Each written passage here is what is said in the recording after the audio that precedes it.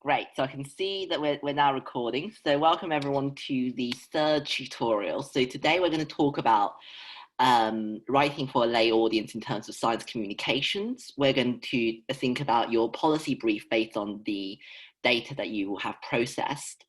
And also we're going to go over the CGP report for you to have a think about over Christmas. And then my intention is that in the new year, we'll have a part 2 where we'll have more Q&A and so on about the CGP. Right, so let's continue. Oh, why is it not? Okay, so please go to Mentimeter. I'm trying to reduce the amount of time that I talk to a minimum, because I don't think it's fun for anyone to listen to me drone on for 40 minutes. So please go into Mentimeter. Oh, yes, and then the code is here at the top. Okay, and I will activate the slide. So just a quick straw poll at the start, and just to see what people think about science communications. Can everyone sign in?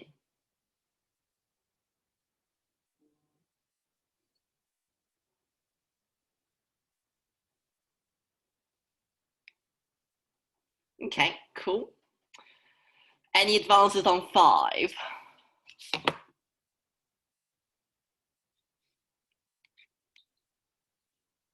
No? Okay, we'll continue. And has anyone got a background in science communications before? In third year, if you're an Imperial student, in third year, one of the SCP, so self-choice placements, is in science and the media, or you might have done the Science Communications Horizons module, or you might have done some other kind of workshop-y type thing about science communications. Yes, no, not sure, can't remember.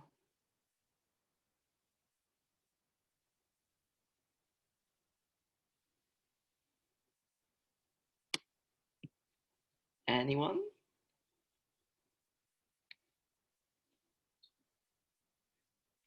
Have people voted, or is it just, or is it just that a delay in there's a delay in it showing up here? Maybe. Oh, okay, but you've moved on. Okay, so you've not written a science article before. Fine. Oh, sorry, not quite sure what's gone on with the slides here. And then right now, before we start, if you think about any kind of popular science articles that you've read, maybe you read The New Scientist when you were applying to university or writing for your personal statement, or you might have read something in, I don't know, The Economist or some newspapers. What do you think are the features of good science communication? Just brief thoughts.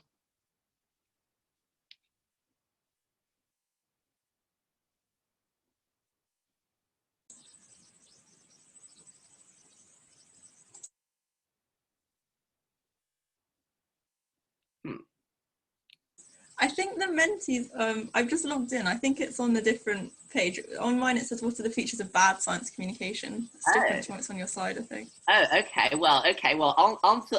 Well, what about now? It's gone on to the next slide. What media outlets do you read or access? Oh, it's gone. Slide in the chat. Right. Okay. That's interesting. So if I stop here, can everyone see the bit about good science communication?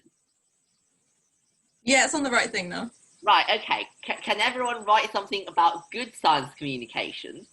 And then I'll advance to the next slide and we'll see what people have written. This is very bizarre, I'm sorry. I don't quite know what's going on here. It says, please wait for the presenter to show the next slide. Oh, right. You know what? We'll skip all of this. We'll skip all of this. This is clearly not Right, okay. So we'll skip all the Menti which have somehow misbehaved. Okay, so this is what you're going to be doing in your project. So you start off with some data. So this is my dissertation project. You start off with some data, and you have Excel spreadsheets and so on and so forth. You might then make some graphs. So here's a very complicated bubble diagram, which not many people will, it's very difficult to interpret straight away. Or you might make something like this, which is easy to interpret, but there's lots of terminology and technical aspects in here, which if you haven't read the rest of the dissertation, you wouldn't know what I'm talking about. Or you could make some nice bar charts, which is actually very clear to interpret. So in your data analysis, I think you'll be making line graphs and bar charts and so on and so forth. So you might end up with something similar to this, okay? And then in science, we turn them into an academic article or poster where we have a very specific audience, which is the rest of the scientific community. And there's a fixed way that we do that. And there's a certain level of language that we have to use. And a certain set of terminologies that we have to use. And last time you looked at the e-poster for policymakers, which again has a very defined audience, which comes with its own language requirements and so on. But often what we then do in science is that we do lots of esoteric research, but it's only the end goal in science often is that we want to make a difference in real life. Some people really do research for the sake of research, that's fine. But often we do research for real life translation and impact. And actually, in this country, science funding in particular, if you were thinking of academia going into the future, often they ask you to think about the real life impact, and the funding is often skewed towards projects which are applicable, so applied science rather than pure science often. So now then, please can you go into Padlet? So we're going to have a look at these articles, okay, about my dissertation. So let me exit. I'm going to put the link into the chat box, and you should be able to log in.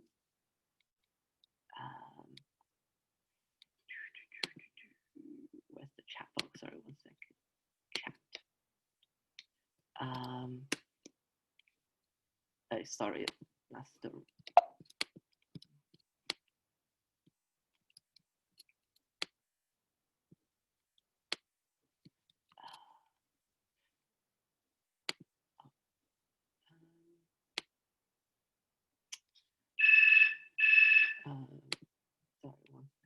Right, okay, so I've just put the link into the chat box now. So please have a login, okay? And if anyone couldn't get to, so I'll stop screen sharing. So if anyone can't get into the Padlet, please let me know. So the activity on Padlet. So for the next 5 minutes, well, less than 5 minutes ideally, let's say the next 2 to 3 minutes, please do the part 1 activity independently. So click on the paper, have a read of the 200-word abstract, and then have a look at tables 1 and figure 2, okay? So spend the next 2 minutes, just have a read. And then I am going to allocate you one of these articles to go read, okay? So next 2 to 3 minutes, have a read of part 1, so the paper, and have a look at the data within the paper.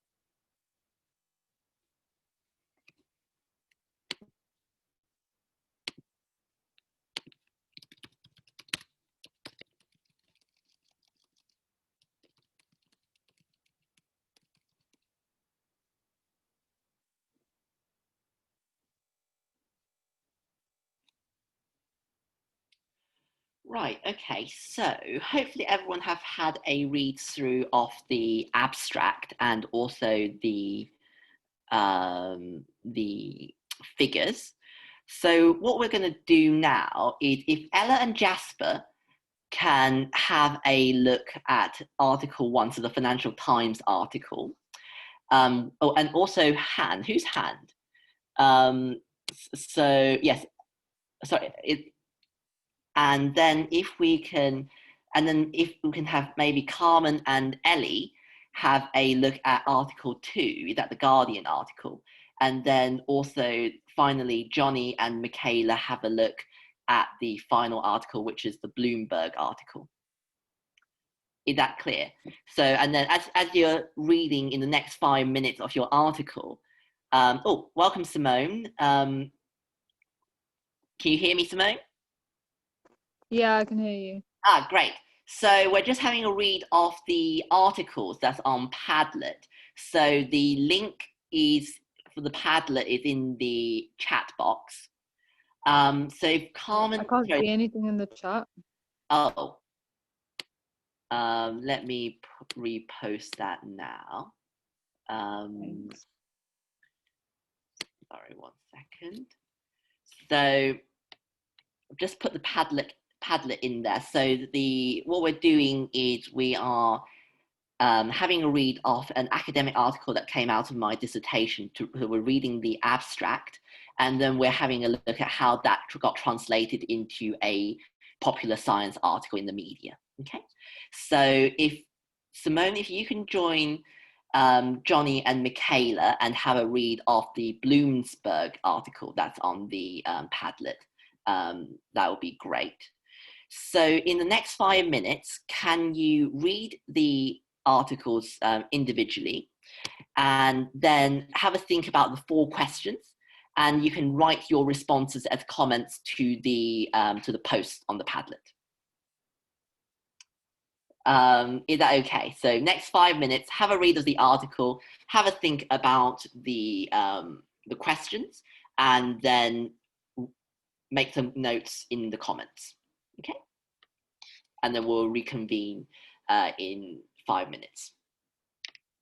And if you've got any questions about the media article task, please feel free to ask as we're doing this task.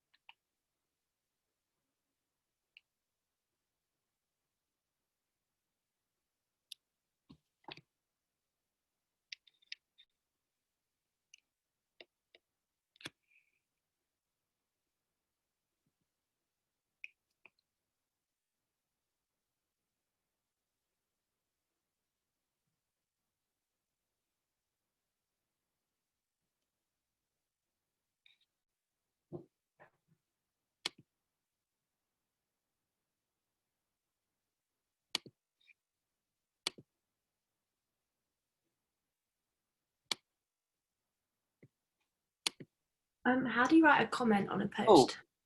sorry, I apologize. Right, you can now write comments. You Oh, should now see a little speech bubble. oh, yeah, thanks. You're welcome.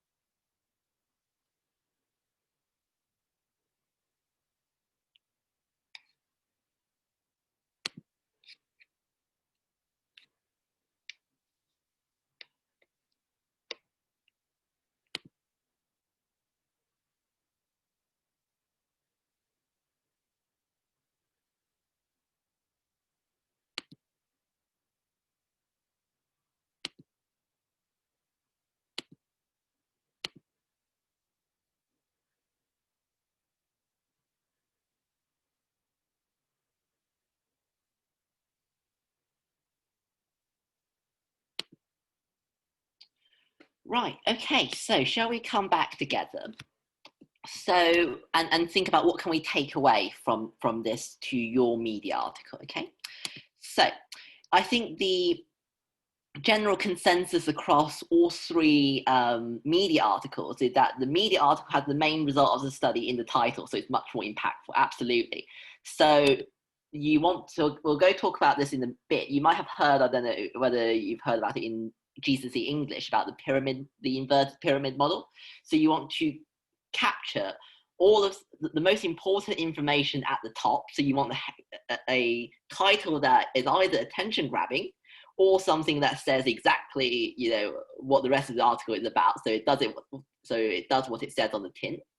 Okay, so that it gets the reader's attention. And just from, even if I was to glance at the headlines, if I was to look at the Guardian article, even though if I just glance at the headline without looking at the rest of the article, I can pick out the fact that this is the problem here is that we've got big pharma pushing up prices in lots of countries for COVID drugs. Yeah, good. Whereas in the journal article, of course, you don't get that. It's a lot more nuanced, a lot more neutral, as someone pointed out. And actually, you know, I agree. We are pushing some kind of an agenda in the even in the journal article. You know, we are being an advocate here, a science advocate, but it's done in a lot more neutral way. Whereas in the articles, it's very editorialized. And of course, as part of your assessment, you need to pick one outlet, and you need to write in the tone and also the editorial direction of that outlet. So you need to bear that in mind. Okay, good. And if we think about the way that they use figures, absolutely. So someone says the article is a bit more one-dimensional in the use of data, probably because it's short. So yes, so we want to cherry pick our data. Of course, there's a fine line, I think, between being totally biased versus presenting a clear narrative. But you've only got 500 words, and actually, you know, the same with these articles. If you write a essay, no one will want to read it. No one's got the time to read it. So you've got to pick your data very carefully so that you don't bamboozle the audience, and actually to make it more important. So less is more, yeah. And this is also where it differs from the policy poster, in that you're talking to a generic public here. You're not talking about a group of policymakers who might at least have some kind of background understanding of the subject, right? You might be writing to someone who has zero idea as to what the Syria war is about, or even that there is a war going on in Syria. You know, they might not even know that, right? So that's absolutely. And also, you can see that they've picked only the selective one that feeds the storyline, good, and they've simplified the figures and made it more colorful. So you don't have to include a figure in your article, but you could. But if you do, make sure that you essentially take some inspiration here and simplify it where possible. So you don't want to, for example, to put that bubble chart up, because no one will be able to understand it. And you might have to then waste the whole paragraph explaining what is it all about. Good. What's the difference in language? So let's have a look. So it's about not using jargon, or if you do use technical language, you want to be able to you want to be able to actually explain it in a succinct way. And yes, so whoever wrote this in the Guardian commentary is that the Guardian talks about the high prices, whereas the JV talks about potential low costs. So I think this is the thing in the news, is that we try to talk about things in a negative light, because often it's the negatives that are more shocking and is what attracts the attention. So there's a saying that good news is not news, only bad news is news. So that's an interesting take on it as well. Okay, and then what's the purpose? So the purpose is very much, you know, one is about presenting the wider picture, and the other one is talking about a specific issue. It's focused on a particular thing, right? So the media is focused on the fact that we've got potentially very cheap drugs, but at the moment they're very expensive, and this is the problem. They've distilled all of that research down into one particular issue. Okay, good. So we'll go back to the PowerPoint. Thank you for joining in. Let me share screen. Cool. Good. So when you come to do your article, so my top tips are that you want to follow the lexical style. So what we mean by the lexical style is the language style, and also the editorial style that the media outlet uses. Don't worry about the formatting. So here I've taken an article from 2016 in The Economist. I'm an Economist subscriber, and my article last year for this assessment was based on an Economist article, and you can see I've modeled my title on a similar type thing that might appear in an Economist article. I've also had a strap line that is what an Economist article would come with. Okay, and please don't bother with formatting. Just write in a normal Word document. Yes. And then when it comes to write, you want to keep your language style the same. So The Economist, for example, is very assertive. It makes these short, declarative assertions. So it has turned serious hospitals into death traps. Experts reckon no previous war has witnessed such widespread systematic targeting of hospitals and medical workers. So here's my example. I think my example is not quite so good because I tend to write in quite long sentences, but you do get marked on your on how closely do you match their style, right? So please do that. And if you and of course if you use any terminology, you want to explain that in the text.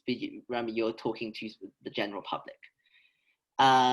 And then this is what I mean by the inverted pyramid model. So they say that you should start with the most important things at the top.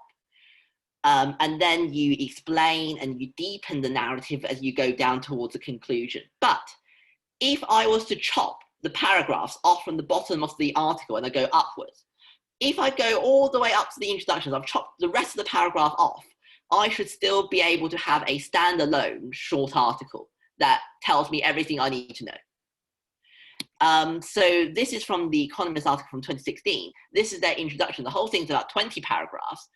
But can you see, just if I was to just read these 2 paragraphs at the top, this actually tells me everything I need to know. So everything that the journalist is trying to tell me.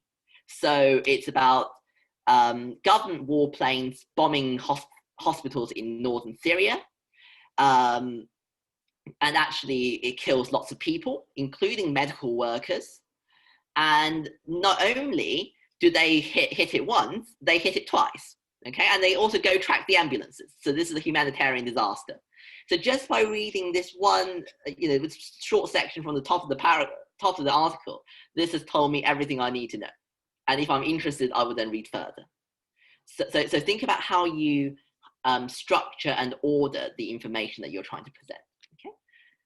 And then please don't overwhelm with data. So this is taken from my submission, and one of the feedback that I received was that I included too much data. So when you have all of that data coming out of your Excel spreadsheet, it's very easy to try to cram as much of it in as possible. But actually, please do not do that, because if you look at the Economist paragraph here, so in these 2 paragraphs, how many figures have they used? We've got a date, so maybe that's 1, 40 minutes, 2, 25 civilians, 2011, sorry, 8 medical workers, 3 miles, it's the distance, 10 minutes. So maybe I've got like 5 or 6, right? 5 or 6 numbers or figures in here. And actually the most important bits is the 25 civilians and the 40 minutes, something like that. But if you look at what I've done, is that I wrote date, a proportion, an absolute number, a proportion, some more numbers, a bit of technical terminology here with viruses, date, around 2, I've even qualified it this time, each week, so I've timed it, another percentage. But can you see, so if you were to read this, you could get bogged down in the numbers. It's difficult to follow, and it muddies the narrative, right? So please don't do that. So as we said before, you cherry pick almost the data, okay? Obviously, don't make stuff up, but pick your data carefully. So I would recommend the news writing guides from The Guardian if you are interested to go read. So how to write news writing from The Guardian. This is actually very useful. Okay, so I'm going to leave it here and I'll open the floor to questions. Any questions before we go on to Lily, who'll talk about the policy brief?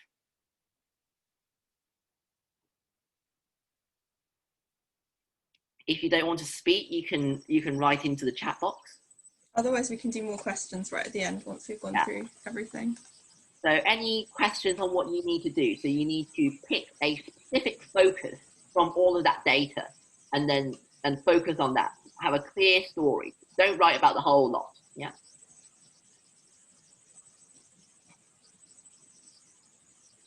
Anyone? No? Okay, right. I'll hand over to you, Lily. So I'll Okay. stop share, and you should now be able to share. Yeah, I'll just share my screen.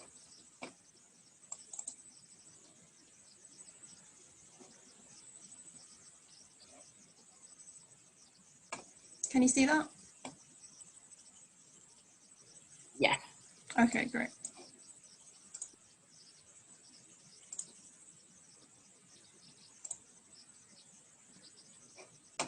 Okay, so going on to your policy brief now. I'd say that this is kind of in between a paper, like Ray was saying, and your media article. So it needs to be have a bit more data and details than your media article, but obviously still not like a written paper. And considering you've already done your poster, I think you probably already have quite a good idea of what policy making involves, but we're just going to go through an overview of this specific task that you've got. So basically with your policy brief, you firstly need to be summarising the findings of the data from part 1 and what they mean, and then providing a policy recommendation or a couple of policy recommendations, the theory behind this implementation and the potential outcomes of this policy and why it's important.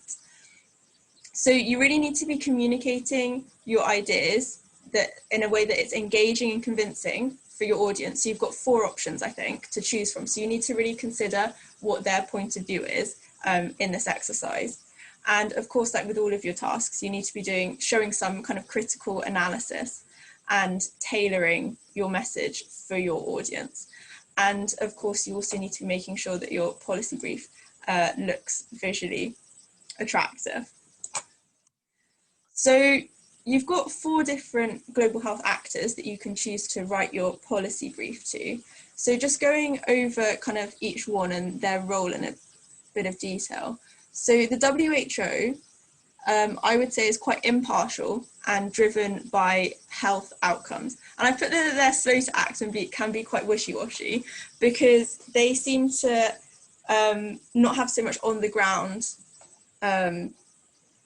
like staff, so they'd be outsourcing their policies more. So I think for them, you would need to be talking more about your raw health outcomes in terms of containing disease and treating disease, and saying in general in their leadership role what they would be doing.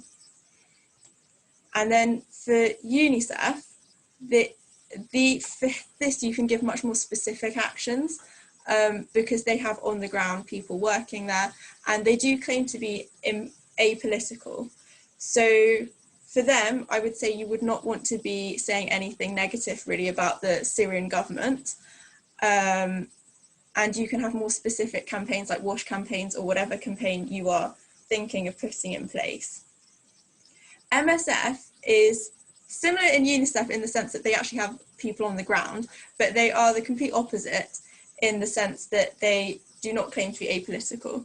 So with MSF, you can have more of an open stance, condemning the Syrian government, and MSF also has very specific WASH plans already in place, so you could probably build on them a bit more. And then for the International Committee of the Red Cross, they focus on general humanitarian relief. I can't find that they're so specific on any specific health outcomes, but just in general, families and children, and they're very specific to Syria as well, I think. So you could probably have some more specific points related to Syria if you chose them. So in terms of tailoring your message, the priorities that you need to put into your policy brief are maximising health outcomes. So you want to be promoting that whatever you're putting in place is going to contain the disease, treatment and prevent disease as well. Something you should also probably think about is the outcome for donors and financial donors as well, because people investing in these, they want to see tangible measures.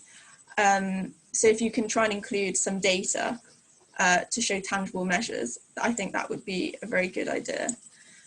And in terms of the political agenda, depending on what actor you choose, you could mention the Syrian government or other countries, perhaps Turkey, as that could also be quite relevant. So in terms of the language and visualization, I'd say MSF and UNICEF are more likely to appeal to the general public. They're quite well known in terms of like donations and charity. The WHO, as I said, it's more likely to be overhead and technical in function, but also quite vague in their policy brief. I think if you Google WHO like policies, you can actually find some policy briefs which are more than one page, but give you a good idea of kind of the style that you'd be writing in. And in your policy brief, you could also consider using maps or infographics as well as a data visualization or two. But because it is only a one-page policy brief, I'd say less is more to some extent in these sorts of things. You need to be very clear with what your key focus is and what you want to communicate across, and then not have too much kind of extra stuff that can confuse the reader. So just kind of going over again what policy is, I'm sure you already know this, but it's a formal framework that will outline the goals and guiding principles and strategies and give authority to undertake actions. So it needs to be written in quite an authoritative manner, and you need to be using your data from part 1 to back up why this is a good policy. For me, I kind of linked it to the media article as well. So for the media article, you're going to have to choose a specific aspect to talk about because it's only 500 words. And perhaps if you can link that to the policy brief, it might make your research and preparation a bit easier as well. And just recapping policymaking again, you need to be first identifying the issue and then setting the agenda. And then with the decision phase, the policy formulation, that's where you say, this is the problem and this is how we want to address it. And you can maybe add some evidence of previous implementation strategies that might have worked to that. And then with the implementation and evaluation, I think you need to also be saying how you would monitor the implementation and further developments to it in the future. So kind of like sustainability as well. With the data visualizations, I've just copied this out of your assessment brief, and it says that you may decide to use some of the page for policy recommendations using text, or that you will use most of the page for a data visualization containing more detail, but you should include an element of data visualization in your brief. So you need to be using the data from part 1, and I think what's key is making sure that the data visualization directly supports your policy. So one of the feedbacks I got from mine was that the data I put in was not very helpful to my policy because I wasn't actually sure at the time what data to put in. So I just kind of put in a graph from part 1. But something I heard kind of afterwards was that maybe changing the format of your data for the policy brief compared to in part 1 would be good. I literally just copied and pasted from part 1 into my policy brief. But maybe if it's like a chart or a graph, you can change it into a pie chart or something that looks a bit more eye-catching for your policy brief. And you could make a larger data visualization and use the one-page policy brief as more like a poster, which I think could also work depending on how much text you want to have. So these are just a few kind of example briefs that I just got off the internet. So you can see on the first one, it's a lot of words with 2 data visualizations or 2 figures. So it's probably a bit harder to read, although the content might be very good. But I would say that sort of styles 2 and 3 are more eye-catching, easier to follow. Mine personally looked quite like number 3. I had one graph and then kind of my points like this. But I do think that if you want to make it more a bit like a poster, like number 2, I think that that's also absolutely fine. So it really depends on what exactly your policy is and what data you want to choose to back up that policy. But I would just emphasize that you need to make sure that you choose data or some visualization that's really relevant and really backs up your policy points. So just to summarize that, my top tips are basically tailor the policy brief to your specific global health actor and do a lot of research about your global health actors so that you're making sure you're talking in the language of them and talking from their viewpoint. And then also set your policy in context using your data and data visualizations to support the policy that you are promoting. Focus on one or two key aspects. You don't want to have too many different aspects on your policy brief. Try and keep it to one or two and focus more deeply on those rather than having lots of different aspects. And finally, make sure that your wording is concise and succinct with a clear purpose. And I think that goes for the media article as well. You need to have your clear purpose and write just very clearly without any waffle, basically. So yeah, that's my talk on the policy brief. We'll have the feedback right at the end. We'll put the feedback up afterwards. So don't scan that yet. Yes. So on ICA 3, does anyone have any questions now before we move on to the CGP? So anything about policy or media, this is the opportunity to ask.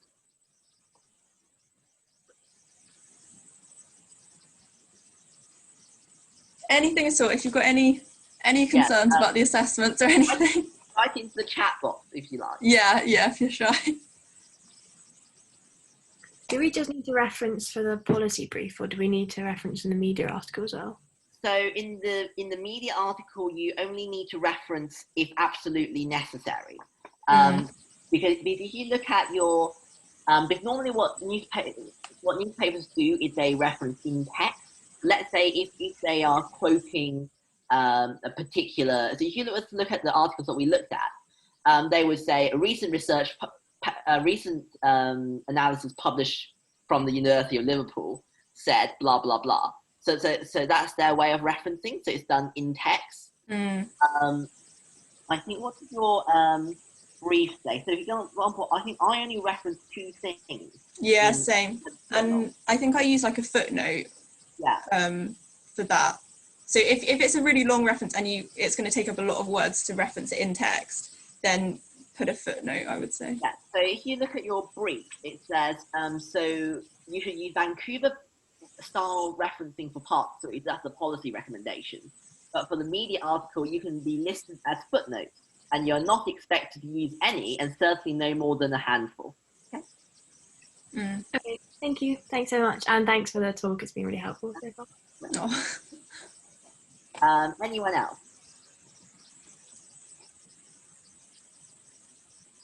No? Okay, then in that case, we'll move on.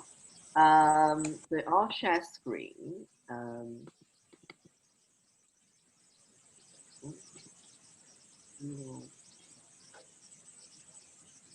So, has everyone now done their CGP placement? Have you had your 6 online virtual sessions? Or have you got some more this week? And we have more coming up. Oh, that's exciting. Well, okay, so how far through them are you? Sorry, Yeah. I think we're not quite up to date with how the CGP is going. I think I might have like 2 more or something. Can't Okay. remember. Okay. You know what? Actually, this is ideal because what we're hoping to do is to give you some things to think about over the next few weeks and also over Christmas, so that if there are things that you need to go away and research and talk to your organizations about, this is the opportunity to do that. Okay. So there are several parts you need to include within your report due towards the end of January. So in January, we'll have another session to do a bit more on this, but this is more to get you to start thinking about it. So you must do what's called a community appraisal. So you want to be able to describe succinctly what is it that your CBO is doing. Okay, so if, for example, you're at the community champions, what are they doing? They're running a community signposting service, which is actually a basic form of social prescribing. Okay, so you ought to go research and sort of be able to describe what are they doing. And then you ought to have to think about what else does your organization do, because your organization might not just do that one thing. They might do all sorts of other things on the side. And how does that then link into everything? Okay.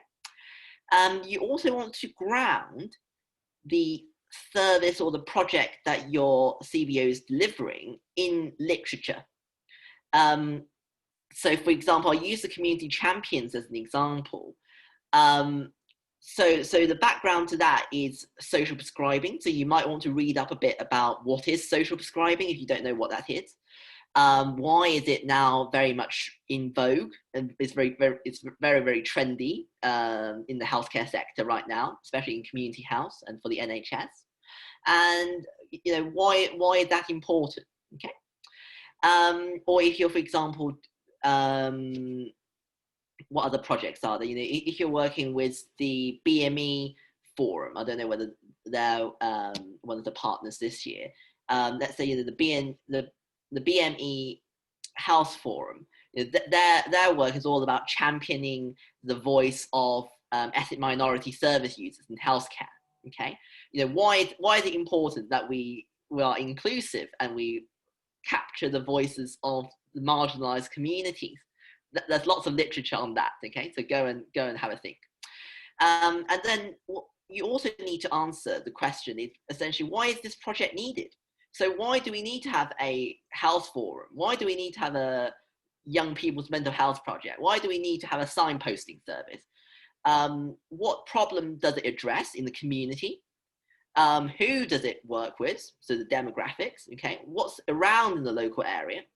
And what's the problems it's trying to overcome? And what are some of the barriers to doing so? So, and also perhaps what are the outcomes of the project? What is it trying to achieve? And then this is what Sharm is very keen about, if I recall, is that you're very keen on this ABCD approach, okay, asset-based community development. And what sometimes people often think about is asset as in physical assets, whether that's buildings. Can they leverage lots of community centers and buildings of that kind of thing? Do they have lots of fundraising and monetary assets? Is it very well resourced? But actually what people often forget about is that there's also a human asset as well. So that's why we have HR departments, right? Human resources, as in human assets. It's because often in especially grassroots organizations, they have very limited funding, they have very limited facilities, but actually what makes the whole thing super useful and super valuable is the human asset. So it's the skills and the experiences that the volunteers bring. It's the input and the engagement of the local community. It's the, so on and so forth, right? So also think about the human aspect as well. And then you want to think about what learning did you take from the experience? Now, this is not just about a wishy-washy reflection about, I knew nothing about community services, but now I've now realized how important it is, and I have now been inspired to volunteer more in the community. So that's on one level, yes, that's about your personal development, or what kind of transferable skills and so on that you've been able to develop. But also your brief specifically talks about the implications for policy and practice. So for example, so what they're asking you to think about is you've spent 6 sessions with them. You have come in with a fresh pair of eyes from an external perspective. What are some of the things that you've picked up that the organization can take forward, or what insight have you been able to gain that's applicable to wider public health policy or wider global health practice? Okay. Maybe I'll find some examples in a bit if this all sounds very abstract at the moment. Useful resources. Sorry, So useful resources to think about all of this. Your organizations usually publish an annual report. If you have not read your organization's annual report, I would urge you to go and read it. If you don't know where to find it over the next few weeks, please go ask for it. The annual reports are often very useful. It's very readable. Usually it's like a nice glossy document booklet with lots of pictures. But it does just tell you so much more about what else the charity does, okay? You can also go and look up various government data or reports to back up your arguments or your interventions. So many of you might have heard about Michael Marmot and the social determinants of health. So often I think the Marmot review is quite useful to go read, especially the executive summaries if you are going to be talking about social determinants of health. Also, every local authority area is measured every 2 years on what's called a multiple indices of deprivation. So the National Statistics Office comes in and measures 7 domains of deprivation. So there's educational deprivation, employment deprivation, income deprivation, and so on. And they collate it into an overall deprivation score. And then each local authority has to then respond to this report about their local area. That's something quite useful to go and search. So Hamilton Fulham Council or Brent Council, for example, will have this on their website. And it just gives you lots of really nice granular detail about the demographics of the areas that you're working in. Okay.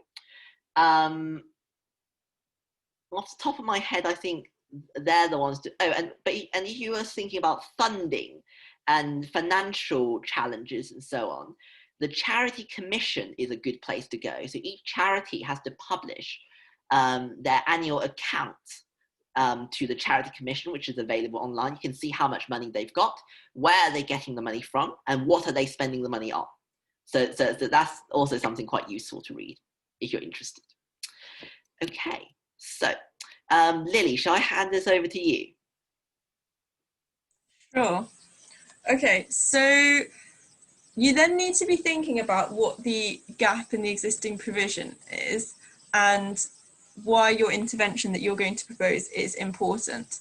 So you firstly need to be thinking about SMART targets. I can't even remember what it stands for. It's like measurable, achievable, realistic. Yeah, so it's specific, measurable, achievable, realistic, and time-bound. Yes. So in the last 6 weeks, you might have, you should have designed some kind of activity. Lots of people go for surveys, that kind of thing, with your community organisation. You've done some co-production. Yeah. And so what you need to explain here is why is whatever you're proposing necessary. Okay. Yeah, exactly. So yeah, I think it's been very common in the past for people to do surveys, but I think the faculty is quite keen on seeing some more creative things. So if you can think of anything that's not a survey, I think they'd be very happy about that. But of course, if you are struggling, some kind of survey is probably the way to go. And how can this be sustained in the future? So this is either kind of handing down and saying what future students could do with the organisation, or how the CBO themselves can sustain what you have implemented, and also how that they can develop this further and basically improve further what you've done. So I'd recommend doing some kind of monitoring afterwards, and then seeing like what the feedback is from the community, etc. And then also in terms of analysing the strengths and weaknesses, I think Ray's quite keen on using a SWOT framework. I did not use a SWOT framework in mine, so don't feel like you have to use these frameworks. But you can use that, which is strengths, weaknesses, opportunities and threats. There we go, opportunities and threats. So if you want to kind of make a figure or diagram, oh, Felix is in the waiting room.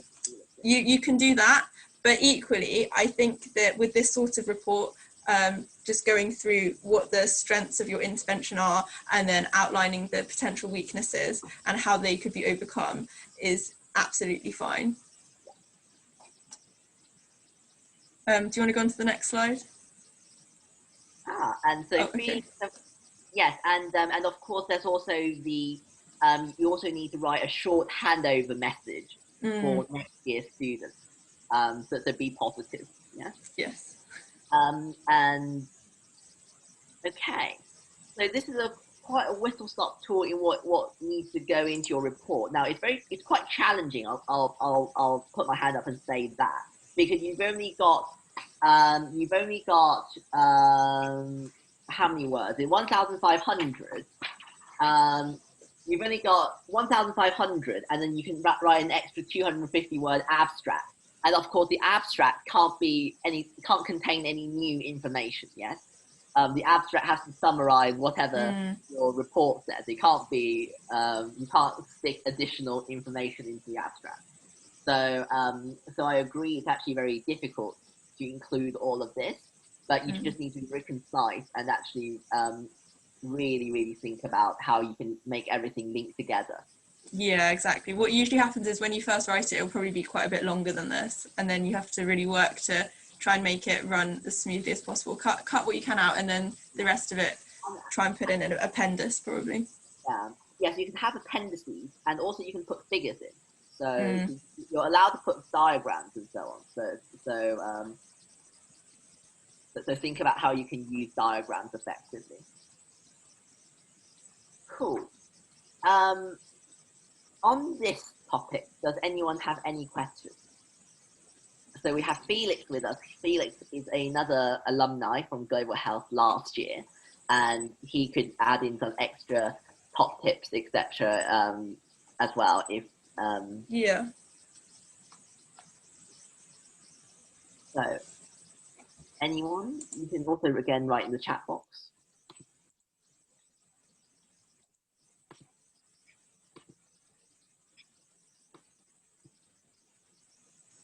No? Okay then. Perhaps this is too early and you know not you haven't quite started thinking about this yet. I don't think perhaps. But we will in January have another have another session on some of the specific elements, I think, of the CGP report.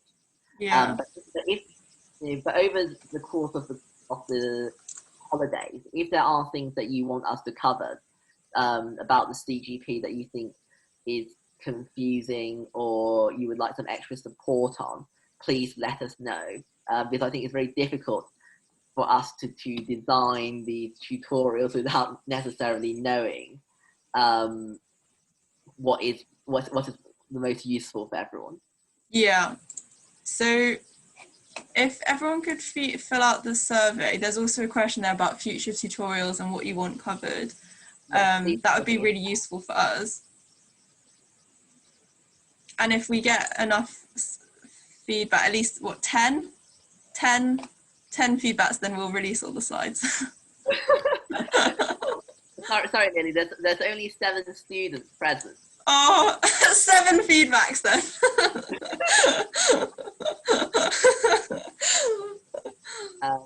And we will upload this recording onto our YouTube channel. So we've got a YouTube channel, but I don't know how to upload this there, but one of our officers will do that and we'll circulate that around.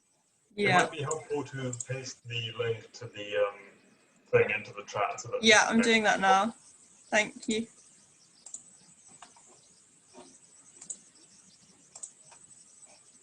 Where? With screen sharing, I can't find where the chat is. Okay, stop share. And also, I think thinking about your proposed interventions or activities, you don't have to do one, but one of the ways that lots of charities think about project development is through what's called the theory of change. So if you Google theory of change, you can get some really nice examples of thinking about what goes in what are your assumptions in the middle about how the project will go, and what are your expected outputs at the end. That could be a nice way to help structure your thinking as well. Okay, so should we end it there? Yes, shall we end it there? Thank you for coming, guys. And Yes, thank you. Yeah. And good luck with your assessment. Yes, best of luck. Yes, drop us an email.